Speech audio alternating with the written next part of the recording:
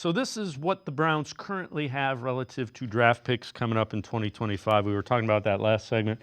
They've got their own picks in rounds 1 through 4 and 6. Those are figuring to be pretty high. They're on track to be a potential, top 6, top 7 picks at this point. Buffalo's pick in the 3rd round. Detroit's pick in the 5th round. Chicago's pick in the 6th round. And Minnesota's pick in the 6th round. And when we talk about what do they need, they obviously need a quarterback. They need a wide receiver. And they haven't picked, we've talked about Andrew Berry selecting wide receivers. They haven't taken one in the first 2 rounds.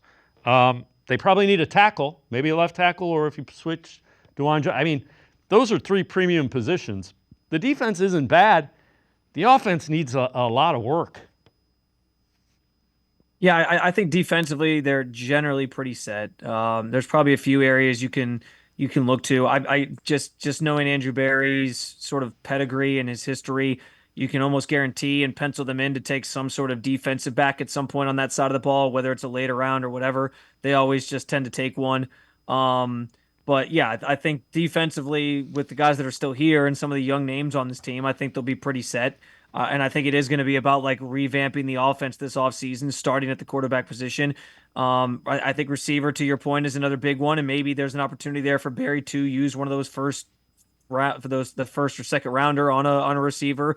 If they find a different route to go with quarterback, I don't know. And I do think like tackles could be a need. We'll see what DeWan Jones looks like the rest of the season. Kevin Stefanski obviously announcing that DeWan Jones was going to start at left tackle moving forward, and they're sort of evaluating him, I think, at that position as a potential guy that could hold it down. But you still might end up needing something there. I also think like guard could be in play. I know they just drafted Zach Zinter this year. But if he doesn't develop the way that you wanted, Joe Bitonio could be retiring at the end of the season, and maybe you feel like you still need to add some depth there.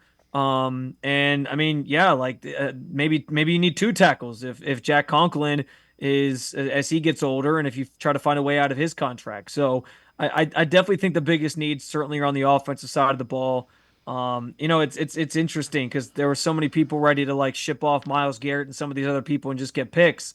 And I kind of said like it's funny how in this league you can turn things around quickly if you draft the right guys and make a few moves here or there in the offseason that just work in your favor. And I think that starts with the quarterback. I keep using the Commanders as the prime example of this. Like they got out from under Dan Snyder, who was kind of a dark cloud over the organization, drafted the right quarterback, and now they're the darlings of the NFL. So the turnaround can happen quickly, especially if you have a good defense.